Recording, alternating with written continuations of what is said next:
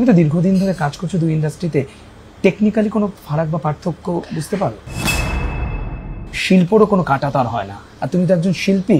আমার মনে হয় তুমিও সেটা মনে করো। যতই অস্থিরতা তৈরি হোক না কেন, তোমার কোনো কাজে অস্বস্তি হয়েছে? নিজের সঙ্গে নিজের কম্পিটিশন, নিজের প্রিভিয়াস ক্যারেক্টারের চেয়ে চাইতেও কত ভালো করা যায়, কিন্তু আমার কোয়ার্টিস্টের চেয়ে ভালো করা যায় এটা আমি বিশ্বাস করি না, এবং এটা খুব রং কনসেপ্ট। এটা অনেকে করে। যখন কোনো ফিল্মে কেউ বলবে ওয়াও কি দারুণ ক্যামেরার কাজ ফিল্মটা, তুমি মনে করো এই ফিল্ম শেষ। যখন কেউ বলে ওয়াও কি অভিনয় ছবিটার, তার মানে ছবি ভালো হয়নি। ছবিতে ফিল্মে পুরোটা ভালো হতে হবে ওভারঅল। আজকাল দেখি একটা ফ্যাশন বা ট্রেন্ড হয়ে গেছে বাংলায় কথা বললে, বা আমাদের রাজ্যের বাইরেই দেখি কোথাও একটু নিচু নজরে দেখা, বাংলা ভাষায় কথা বলতে ছোট করে দেখা। তুমি তো অল ওভার দ্য ওয়ার্ল্ড ঘুরেছো, কোথাও দেখেছো এরকম, কখনো ফেস করেছো?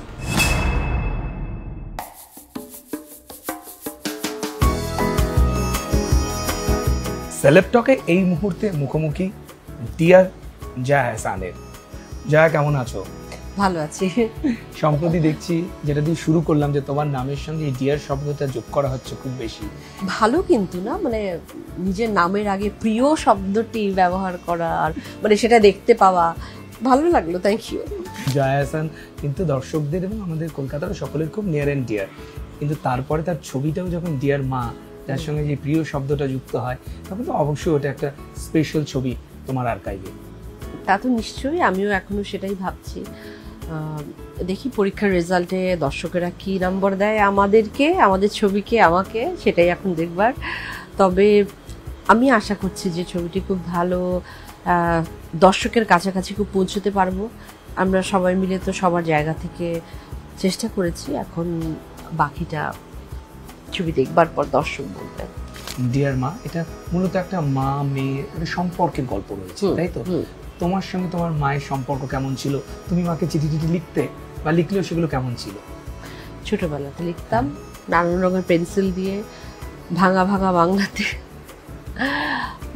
কিন্তু আমি লিখতাম। আমার প্রথম চিঠি বোধহয় আমি মাকেই লিখেছিলাম, যতদূর আমার এখনো মনে পড়ে। মেমোরিজগুলো আসছে, যখন চিঠি লিখবার কথা হলো তখনই আমার মনে পড়ে আসলে। আর হ্যাঁ, মাকে তো চিঠি লিখেছি সেই ছোটোবেলায়, বড় হয়ে আর লেখা হয় না খুব একটা চিঠি। আর এখন তো টেকনোলজির যুগ, এখন তো সেই চিঠি লিখবার অভ্যেসটাও মানুষের ছুটে গেছে, পাবার অভ্যেসটাও চলে গেছে। ছোটবেলায় সেইগুলো সত্যি নস্টালজিয়া। তুমি যেটা বললে, তুমি কি মানে হস্টেলে বা বাইরে থাকতে?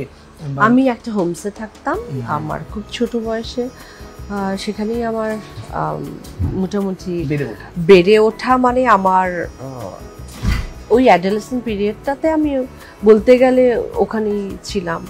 এখন আমি ভাবি যে হ্যাঁ, সেই হোমসের কথা, আর যখন এই ডিয়ারমার কথা উঠলো, চিঠি লিখবার কথা উঠলো, তখন আরো বেশি করে মনে পড়ে, কারণ ওখানে থাকাকালীন অবস্থায় যোগাযোগের একমাত্র মাধ্যমই ছিল আসলে তোমার এই চিঠি। অবকাশটা ছিল, কারণ দূরে থাকতে চিঠি লেখার একটা মানে চিঠি ওয়াজ দ্য অনলি মাধ্যম।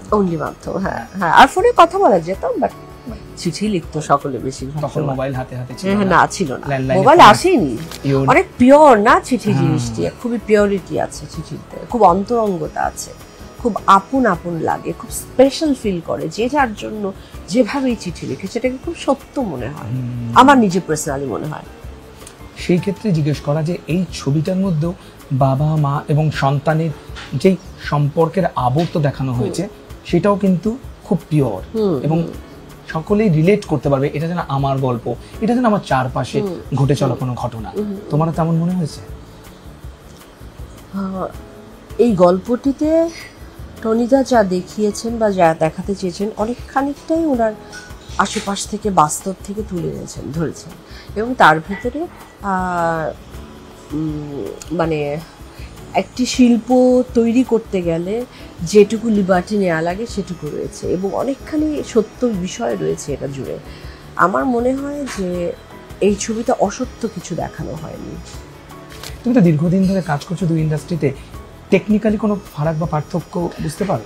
না না, আসলে তেমন কিছু নেই। ওটা আমরা মনে করি আছে, একেবারেই সেটা নেই। ছবির জন্য ফিল্ম যারা ভালোবাসে তাদের সবার লড়াইটা একই রকম হয়, একটি ভালো ছবি তৈরি করা। হয়তো ল্যাঙ্গুয়েজটাতে একটু পার্থক্য রয়েছে, টোনালিটিতে বা ডিকশানে একটু পার্থক্য রয়েছে, এছাড়া তেমন কোনো কিছুই পার্থক্য নেই। আজকাল দেখেন একটা ফ্যাশন বা ট্রেন্ড হয়ে গেছে বাংলায় কথা বললে, বা আমাদের রাজ্যের বাইরেই দেখি কোথাও একটু নিচু নজরে দেখা, বাংলা ভাষায় কথা বলতে ছোট করে দেখা। তুমি তো অল ওভার দ্য ওয়ার্ল্ড ঘুরেছো, কোথাও দেখেছো এরকম, কখনো ফেস করেছো?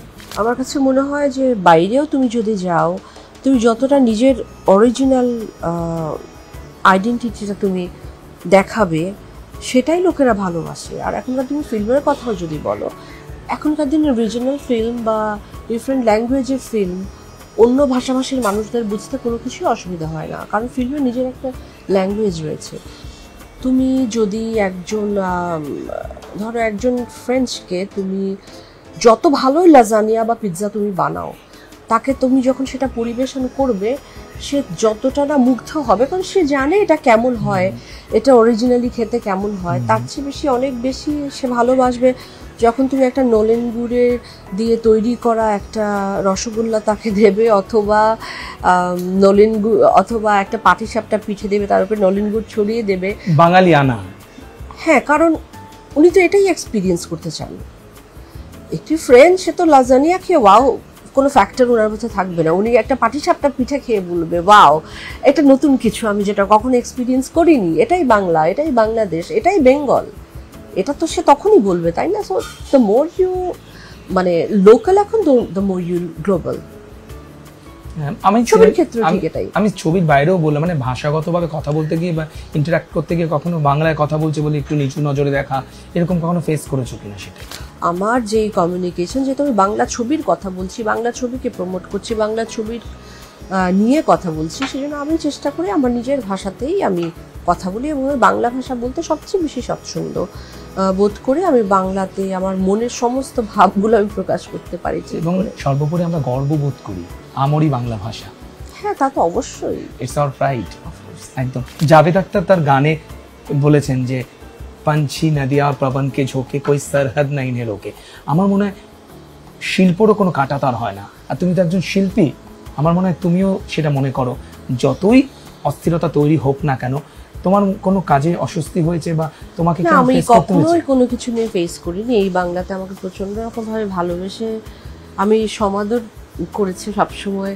একজন আর্টিস্ট হিসেবে আর্টিস্টকে এখানে গুণের কদর করা হয়, সেটা আমি খুবই কৃতজ্ঞ। আমার এখানকার আমার সমস্ত ফ্রেটার্নিটি এবং একই সঙ্গে আমার সমস্ত অডিয়েন্স, তাদের জন্য। এবং একই সাথে বাংলাদেশের কথাও আমি বলবো যে বাংলাদেশেও ভীষণ ভালোবাসে এখানকার ছবিগুলো দেখতে, এখানকার ওয়েব সিরিজগুলো দেখতে।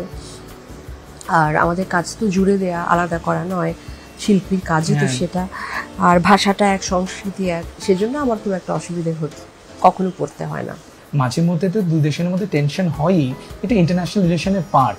এরকম হতেই পারে দুটো পাশাপাশি দেশের মধ্যে হয়তো টেনশন হচ্ছে, সেক্ষেত্রে তোমার কাজ পেতেও কোনো অসুবিধা হয়নি বা কাজের ক্ষেত্রেও কোনো অসুবিধা হয়নি? না, কোথায়, আমার কেন অসুবিধা হবে?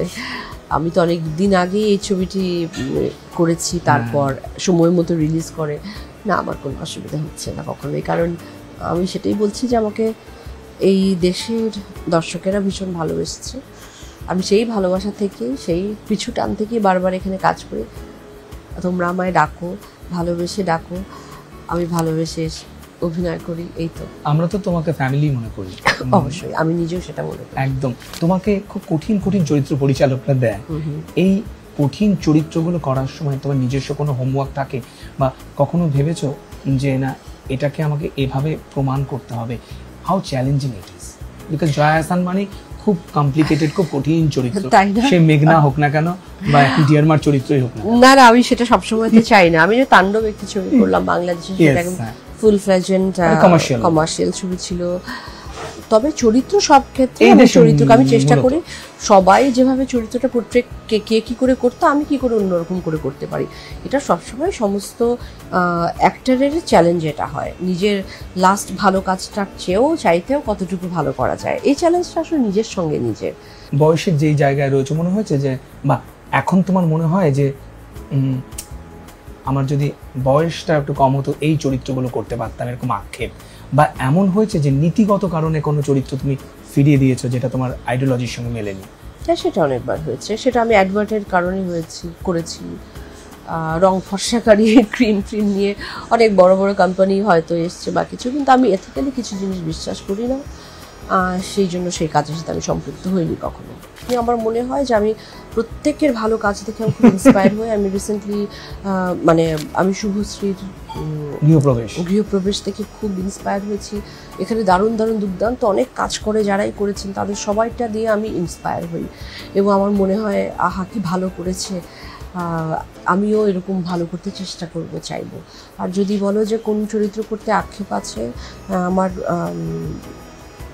যেটা আসলে কখনো সম্ভব নয় বায়োলজিক্যাল কারণে, সেটা 4 বছর বয়সের একটি চরিত্র, সেটা হচ্ছে রতন, আমাদের ডাকঘরের পোস্টমাস্টারের রতন।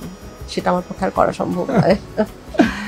এই পরিপ্রেক্ষিতে আরোই জিজ্ঞেস করার যে যখন কম্পিটিশন খুব হাড্ডাহাড্ডি হয়, যেমন চুমনিদির সঙ্গে যখন স্ক্রিন শেয়ার করো, she is also powerful actress, তখন মনে হয় যে কম্পিটিশন ইজ ভেরি হাই, আমাকেও একটু অন্যরকম বা আমাকে আমার মতো করে প্রমাণ করতে হবে। দেখো আমি একটা কথা বলি, আমি শুধুমাত্র অভিনয়টাকে ভালোবাসি তা নয়, আমি ফিল্ম মেকিংয়ের পুরো প্রসেসটাকে ভালোবাসি। আমি যখন একটি ছবি হাতে নিই, অর্ধাঙ্গিনী যখন আমি হাতে নিয়েছি, তখন আমি জানি সেখানে খুবই পাওয়ারফুল অভিনেতা আছেন এবং সেটাই হলো আমার জন্য আরও বিরাট পাওয়া। আমি সবসময় পাওয়ারফুল এবং আনপ্রেডিক্টেবল অভিনেতাদের সঙ্গে অভিনয় করতে চাই, তাতে করে আমার নিজের অভিনয়টাও আরও ভালো হবে এবং ঠিক জায়গায় ঠিক মানুষটি। কৌশিক গাঙ্গুলি নিশ্চয়ই তার চরিত্রকে ধরুন, নিশ্চয়ই উনি চুন্নি গাঙ্গুলিকে রেখে জয়াসানের চরিত্র ফেলে দেবে না, উনি নিশ্চয়ই আমাকে রেখেছেন, রাখবেন, কারণ আমাকে না রাখলে, আমাকে ঠিক মতো না রাখলে চুন্নিদের চরিত্র দুটাই তো দুটোর পরিপূরক এখানে। এমন নয় যে আমার চরিত্র বেশি রেখে চুন্নির দিকে কম রাখবেন বা চুন্নির দিকে বেশি রেখে আমারটা রাখবেন, তাহলে সেটা করলে তো উনি নিজের ক্ষতি করবেন।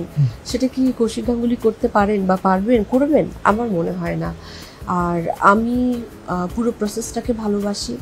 আমি শুধুমাত্র আমার অভিনয়টুকুকে ভালোবাসি তা নয়, আমি আমার পুরো গল্পটাকে ভালোবাসি, আমি আমার পুরো স্ক্রিপ্টকে ভালোবাসি, আমি যে ডিরেকশন এবং যে টিম কাজ করে সেগুলো প্রত্যেকটা জিনিস, ফিল্ম মেকিংয়ের প্রত্যেকটি জিনিস আমি এনজয় করি।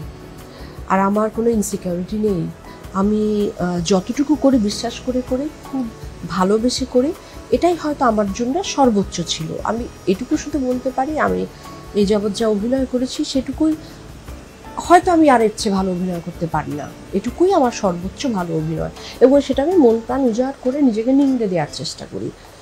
সেটা আমাকে প্রমাণ করবার জন্যে নয়, সেটা আমার পুরো ফিল্মটা যেন খুব ভালো হয় সেজন্য। নিজের সঙ্গে নিজের কম্পিটিশন, নিজের প্রিভিয়াস ক্যারেক্টারের চেয়ে চাইতেও কত ভালো করা যায়, কিন্তু আমার কোয়ার্টিস্টের চেয়ে ভালো করা যায় এটা আমি বিশ্বাস করি না এবং এটা খুব রং কনসেপ্ট। এটা অনেকে করে অনেক সময় আমি দেখেছি, ভালো দৃশ্য হলে, ধরো আমি একটা ভালো কাজ করলাম, উনি বললেন যে না কাট, আমারটা খুব ভালো হয়ে গেছে, কেটে দিলেন, উনি আবার করলেন, তাতে কি আমার কাজটার যে ভার্জিনটি ছিল, আর আমি ওয়ান টেক আর্টিস্ট, আমার যে ভার্জিন যে টেকটা আমি দেবো সেটা তখন নষ্ট হয়ে যায়, ইমোশনটা চলে যায়। আমি তো ইমোশন ড্রিভেন কাজ করি, তো ধরো আমি আবার করে ওইভাবে কান্না করাটা ওটা বিলিভেবল হয় না, ওটা কিছুটা মেকানিক্যাল হয়ে যায়। তো এটা অনেকে করে থাকেন, আমি নিজে এটা অনেক এক্সপিরিয়েন্স করেছি, কিন্তু এটাও একটা চ্যালেঞ্জ যে আমাদের অনেকে একটা কথা আছে, স্টেজে খেলে দেবো, আমি মাঠে খেলে দেবো, আমি আগের থেকেই আমি বুঝতে দিব না আমার অ্যাক্টরকে যে আমি আসলে কিভাবে করে কি ডেলিভারি করবো, যাতে ওকে আমি টপকে দিতে পারি, ও যাতে ও যেন একটু মানে এলোমেলো হয়ে যায়, যাতে আমি আমারটা এলোমেলো হয়ে যায়, আনপ্রেডিক্টেবল একটা কিছু করে দেবো। এটা তো ঠিক নয়, এটা উচিত নয়, কারণ অভিনয় এগুলো একটা কোলাবোরেটিভ আর্ট। অভিনয় বিশেষ করে এটা কখনোই একা ভালো করা যায় না, এটা করা উচিতও নয়। এটা যখন কোনো ফিল্মে কেউ বলবে ওয়াও কি দারুণ ক্যামেরার কাজ ফিল্মটা, তুমি মনে করো এই ফিল্ম শেষ। যখন কেউ বলে ওয়াও কি অভিনয় ছবিটার, তার মানে ছবি ভালো হয়নি। ছবিতে ফিল্মে পুরোটা ভালো হতে হবে। আমি একটা অভিনয় একটা টুলস, ক্যামেরা একটা টুল, স্ক্রিপ্ট একটা টুল, কিন্তু শুধুমাত্র অভিনয়ে কিছু ছাপিয়ে উঠে গেছে আমি এটা বিশ্বাস করি না। সামগ্রিক ভালোটা, আমি সামগ্রিক ভালো আমি টোটালিটিতে বিশ্বাস করি, আমি চাই আমার পুরো টোটাল জিনিসটা ভালো থাকুক। তো এই কারণে তুমি যেটা বললে যে আমারও ইনসিকিউরিটিটা নেই। আমি যদি কোনো জায়গায় আমি উচ্চকিত হয়ে যায়, আমি দেখি যে কোনো সিনের ভেতরে আমি একটু বাড়িয়ে করলাম, যাতে অনেকে করেন বাড়িয়ে করেন যাতে দর্শকের ট্র্যাকশনটা উনি পান, এটা খুব বোকা বোকা কাজ, এটা উচিত নয়, এটা উচিত নয়। আমি যেটা কখনো করলে আমি সেটাকে আমার পরিমিতি বোধের ভিতর নিয়ে এসেছি। ইচ্ছা আছে পরিচালনা বা প্রযোজনা করবো কখনো? প্রযোজনা তো করি, আমি তো রেগুলার বেসিসে প্রযোজনা করি। জয়া শারমিন বলে একটি ফিল্ম আমার কিছুদিন আগে আমার রিলিজ করলো, আর আমি আরও অনেক কিছু প্রযোজনা করি। আমার প্রযোজনা প্রতিষ্ঠানের নাম সীতা সিনেমা, সেগুলো করি। কিন্তু ঠিক ডিরেকশন দেওয়ার মতো কেপেবল আমি নই, আমি পারবো না, আমি সেটা বুঝবো না। আমি আরও অনেকদিন অভিনয় করতে চাই, আমি কিছুদিন নিজেকে আরও ডিসকভার করতে চাই অভিনেতা হিসেবে। জয়া হাসান এত সুন্দরী, এত অ্যাট্রাকটিভ, এত গ্ল্যামারাস, তোমার প্রেমে অনেকেই পড়ে আমরা জানি। জয়া হাসান কোন জিনিসটা দেখে প্রেমে পড়ে, বা সামনের মানুষের, সামনের প্রেমিকের মধ্যে কোন গুণটা বেশি তার পছন্দ বা নজর কাড়া হয়? তাকে লাউড হওয়া যাবে না, তার মাথাটা ঠিকঠাক থাকতে হবে। মানে আমি ইন্টেলেকচুয়ালিটির কথা বলছি না, আমি মানুষের অন্তরের প্রেমে পড়ি, আমি মানুষের মাথার প্রেমে পড়ি। আমি বাইরেরটা দেখতে ভালো হলে ঠিক আছে, মুখটা না, মানে মগজটা আসল। মগজটা আসল, আর আমার কাছে ওটাই সৌন্দর্য। আর মানুষের সব কিছু না, মাথার ভিতর কী চলে সেটা মুখে লেখা হয়েই থাকে, সব কিছু মুখে দেখতে পাওয়া যায়, তো ওগুলো সব বোঝা যায় আসলে।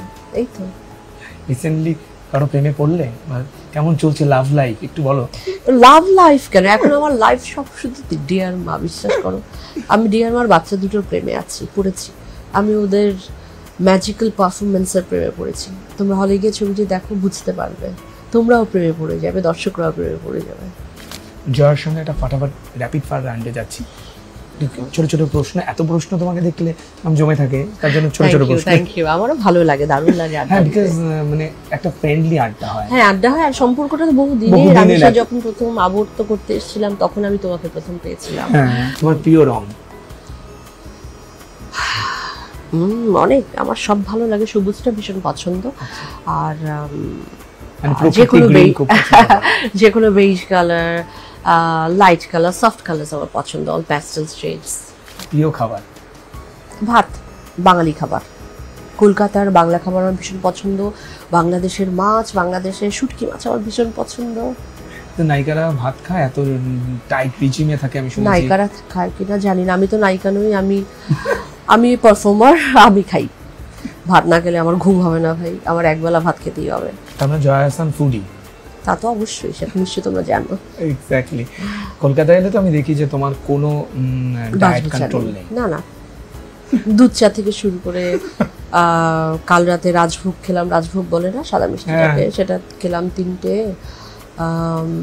2-3টে চকলেটও খেয়ে নিয়েছি। চকলেট, ও সরি, হ্যাঁ, লিন্ডাসের এত বড় বড় 4টে খেয়ে নিয়েছি। মাঝে মাঝে ইচ্ছে করে, একদম ইচ্ছেই তো জীবন, তাই না? ইচ্ছেগুলো মরে গেলে তো বাঁচার মানে নেই। আমার ইচ্ছে মরবে না, খাবারে দিচ্ছে। তোমার প্রিয় শহর কোনটা? আমার ঢাকা ভীষণ প্রিয় শহর, তারপরে প্রিয় শহর কলকাতা। আর বিদেশে কোনো শহর এমন যেটা বারবার যেতে ইচ্ছা করে?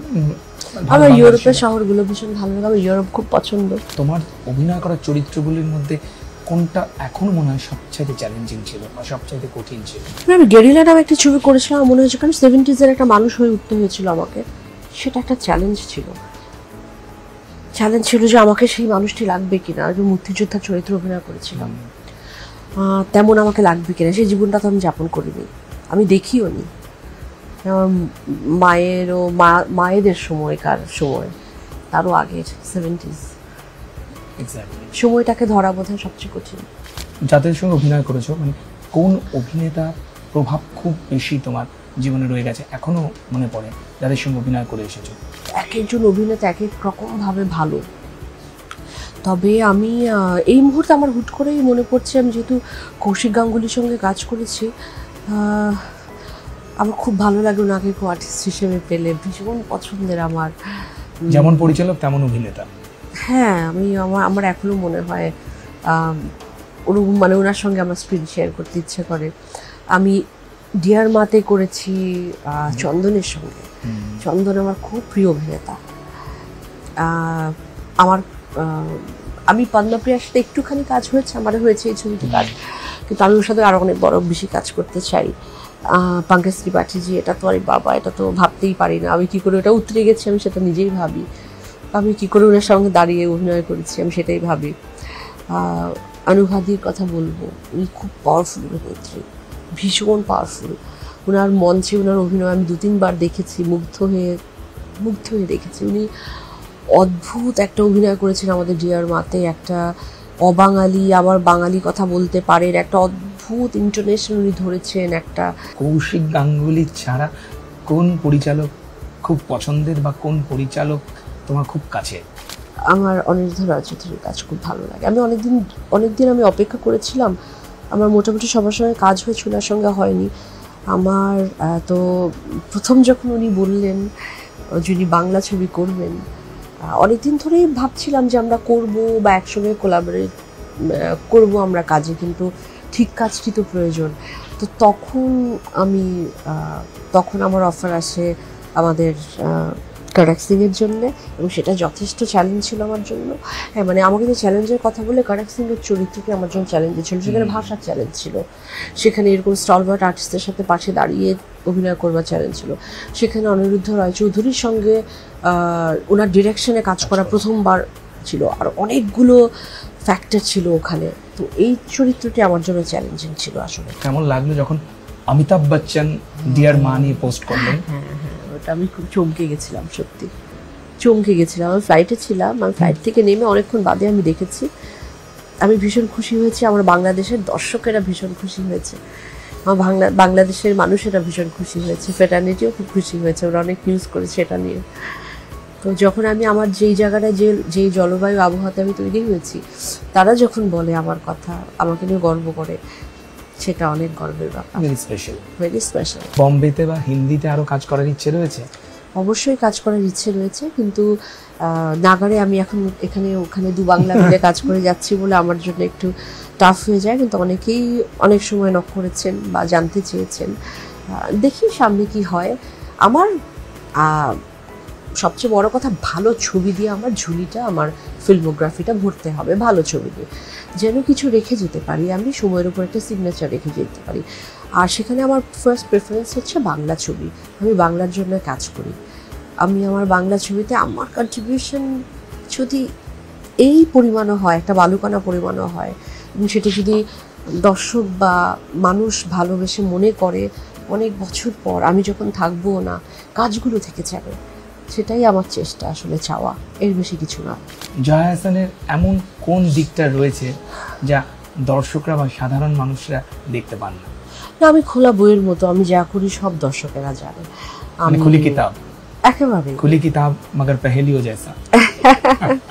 সেটা যার মতো করে আমাকে যার মতো করে বুঝে নেবে, কিন্তু আমি খোলা বইয়ের মতোই। আসলে আমার ভিতরে অতটা রাগ ঢাক নেই, আমি অতটা সেলিব্রিটি নই। আমি না প্লিজ না, এটা বলো না। আমি অত মেকআপে বা আমার অন্য কোনো মুখোশ নেই যে আমি বাইরেটা মানুষটা একরকম, আমি ভেতরটা আর্টিস্ট মানুষটা একরকম। আমি খুব সাধারণ একটা মানুষ, অভিনয়টা করি, অভিনয় আমার পেশা, জীবিকা, অভিনয়টাকে আমার প্যাশনও, আমি প্যাশন ড্রিভেন কাজটি দিয়ে আমার জীবিকা নির্বাহ করি, এবং আমার ভালো লাগে করতে। আমার প্রেম ভালোবাসা সব কিছু আমার অভিনয়ের সঙ্গে হয়ে গেছে। যা অনেক অনেক ধন্যবাদ কথা বলার জন্য। থ্যাংক ইউ সো মাচ, তোমাকে অনেক ধন্যবাদ মানুষ। নিউজ 18-এর সমস্ত দর্শকদেরকে আমি বলবো, অডিয়েন্সদেরকে বলবো, আপনারা ডিয়ার মা ছবিটি দেখুন।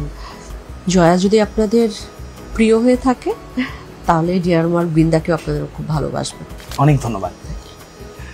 কথা বলছিলাম জয়া আহসানের সঙ্গে, ক্যামেরায় সুব্রত জানার সঙ্গে মানুষ বসাক, নিউজ 18 বাংলা।